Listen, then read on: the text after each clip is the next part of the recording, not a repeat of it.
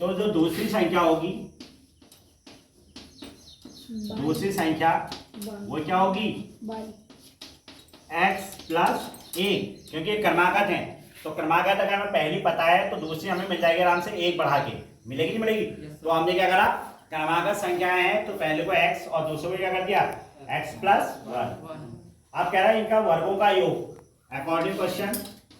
इसने दिया है कि आपको दो क्रमागत संख्या मिल गई, पहली ये और दूसरी ये, तो उसने बोला कि इनके वर्गों का योग, तो वर्ग हुआ पहले वाले का वर्ग हो गया x वर्ग और योग कह रहा है तो धन, और x प्लस 1 का वर्ग, कितना है इनका योग 365, ये दिया है ना आपको, ठीक है।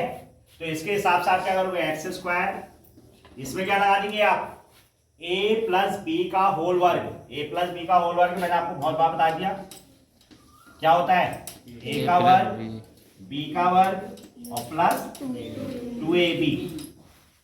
तो यहाँ पर लिखो a का वर्ग हुआ x वर्ग, b का वर्ग हुआ 1 का वर्ग और 2ab हुआ 2 into x into 1, ax b1 है, ठीक है।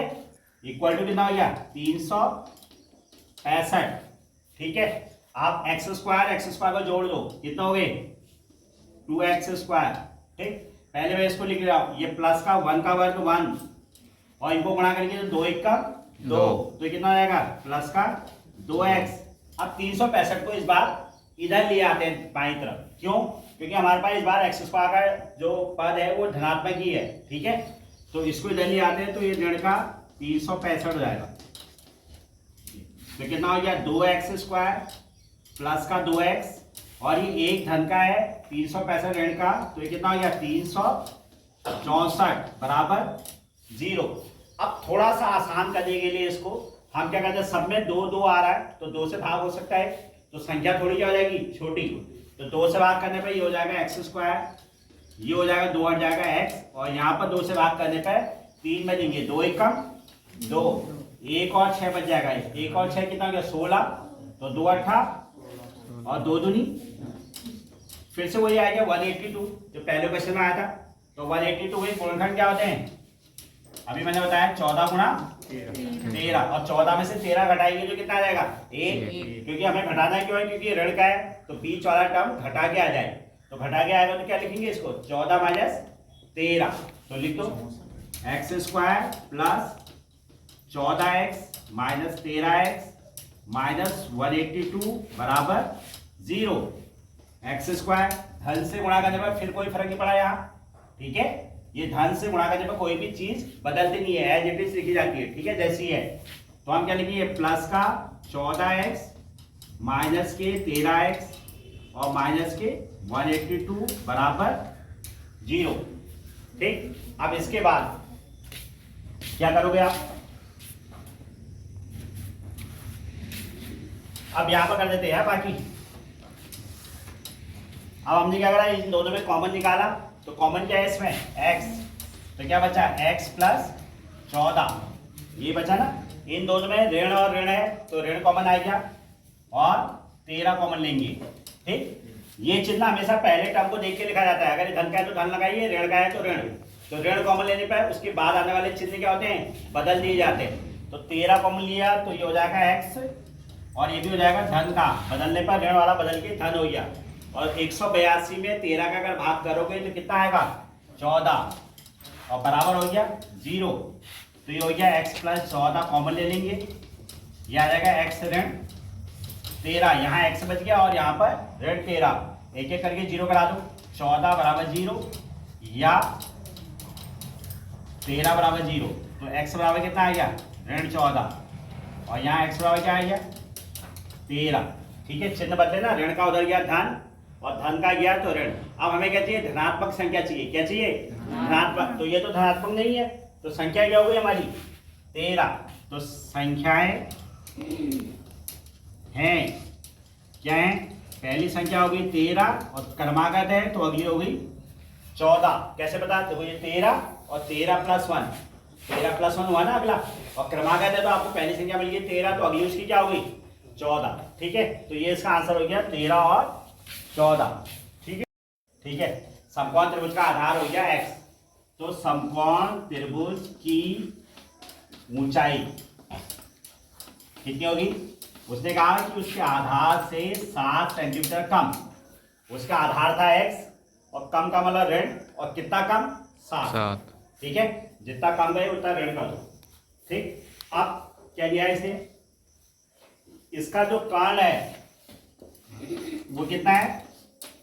13 सेंटीमीटर। ये ठीक, और समकोण त्रिभुज में होता है क्या? त्रिभुज में पाइथागोरस जो थ्योरम है प्रमेय, वो क्या कहती है कि कर्ण का वर्ग क्या होता है? ऊंचाई, यानी लंब का वर्ग कहते हैं। लंब मतलब ऊंचाई, और प्लस आधार का वर्ग। आ मतलब आधार। ठीक है, ये होता है समकोण त्रिभुज में कर्ण का वर्ग बराबर होता है लंब का वर्ग धन आधार का वर्ग। यही है ना समकोण त्रिभुज का गुण। तो कर्ण क्या है यहाँ पर? 13, और लंब क्या है हमारा? x - 7 ऊंचाई, और प्लस आधार है x का वर्ग। ये त्रिभुज के गुण से बन गया है। ठीक है, तो 13 का वर्ग कितना होगा? 13 गुणा 13 कितना होता है? 169। ठीक है, 169 यही हुआ ना, और क्या था? 69 69। ठीक है, और x - 7 हुआ, तो x किसका वर्ग हुआ? x का वर्ग, और ये हुआ 7 का वर्ग, और 2a भी होता है ऋण का, 2 × x × 7, और प्लस हो गया x वर्ग। ठीक है, इस बार हम इसको उधर भेज रहे हैं। किसको? 169 को, क्योंकि हमारे पास x² धन का है वहां भी। ठीक है, तो हम पहले इसको जोड़ देते हैं। x² कितना हो गया? 2x²। अब इनको गुणा कर दो, 2 × 7 = 14, तो हो गया ऋण के 14x, और फिर इसको लिखते हैं 7 का वर्ग। 7 का वर्ग कितना होता है? 49 49, और ये उधर चले गया तो कितना आ गया? ऋण के 169, और बराबर हो गए आपके 0, क्योंकि कुछ नहीं बचा, तो इसका मतलब 0। ठीक है, तो ये हो गया 2x² माइनस के 14x, और ये इसमें से घट गया, तो ये ऋण के 120 बराबर आ गए 0। फिर इसमें 2 से भाग हो जाएगा। 2 से भाग होने पे क्या होगा? ये थोड़ा आसान हो जाता है, तो 2 से भाग कर दो इसमें। x², 2 का भागा 14 में कितने बार गया? 2 × 7 = 14, और 120 में 2 × 6 = 12, 60 बार गया। ठीक है, अब इसके आगे आप होमवर्क करेंगे, इसके गुणनखंड करेंगे। पहला बता रखा मैंने, क्यों? हर बच्चा कर लेगा ना इसका गुणनखंड, कि 60 के ऐसे गुणनखंड की घटाएंगे कितना है? 7, और उसमें जो धनात्मक मान आएगा वही इसका आंसर होगा, क्योंकि साइड कभी भी ऋणात्मक नहीं होती है। ठीक है, जैसे तुम्हारा x का मान जो भी आएगा 7 से बड़ा आएगा, क्योंकि तभी तो 7 घट पाएगा उसमें। तुम्हारा x का मान जितना भी आएगा 12, 13, 15, तो तुम्हारा यहाँ पर x आएगा, और अगला जो उसकी ऊंचाई होगी उसको उसमें से 7 कम कर देना। ठीक है, यहाँ पर 2 मान आएंगे, एक ऋण का आएगा और एक धन का आएगा, तो तुम्हें धन वाला मान लेना है, ना कि ऋण वाला। ठीक है, तो जो धन वाला होगा उसमें लिख लेना है कि आधार इतना है, और उसकी जो ऊंचाई होगी आधार में से आप उसकी ऊंचाई 7 को कम कर देना, तो आपके दोनों आंसर मिल जाएंगे। ठीक है, तो इसके बाद ये हिस्सा हो गया होमवर्क आपका। ठीक है, कर लेंगे ना हर एक ना? ठीक, ये देखा कि अगर हम एक दिन में जितने बर्तन बना रहे हैं, तो एक बर्तन बनाने में जो लागत आ रही है, ठीक है, तो एक बर्तन का मूल्य उसने निर्धारित क्या किया कि जितने एक दिन में बर्तन बने, अगर 10 बर्तन बनाए तो उसका दुगुना कर दिया। उसका दुगुना हो गया 2x, अगर 10 है तो 10 का दुगुना 20 हो गया ना। अगर हमारे पास x है, अभी तो हमें नहीं पता, तो हमने उसका दुगुना करने के लिए क्या करा? 2 से गुणा।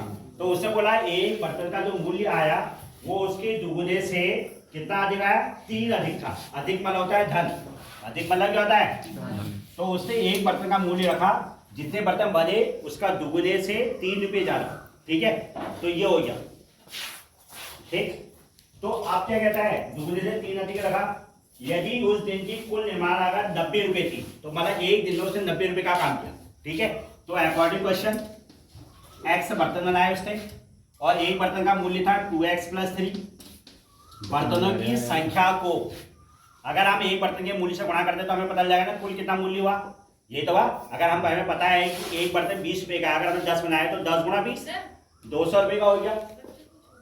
ठीक है, तो हमारे पास क्या है? x × 2x + 3, तो कितने रुपए लागत आई? 90 रुपये की लागत आई। कितने रुपये आई? 90। अब इसको आप गुणा कर दो, x × 2x 2x² + 3x हो गया। ये 90 इधर ही आएंगे, तो ऋण के 90 बराबर 0।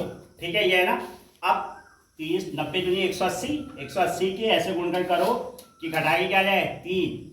ठीक है, तो आपको क्या निकालना है, प्रत्येक लागत और कितने बर्तन बने। ठीक है, तो x का जो मान आएगा वो तो आ जाएगा बर्तन, और लागत आ जाएगी उसकी, एक बर्तन की लागत जितना भी, अगर जैसे सपोज करो 5 आ रहा तो 5 भी 10 प्लस 3 13, लागत में यहाँ पर मूल्य रख दूंगा और यहाँ। ठीक है, और आंसर वही लिया जाएगा जो धन का होगा, जो ऋण का होगा आंसर ही लिया जाएगा। ठीक है, इसके बाद होमवर्क हो गया, ये एक्सरसाइज पूरी और हर सही है।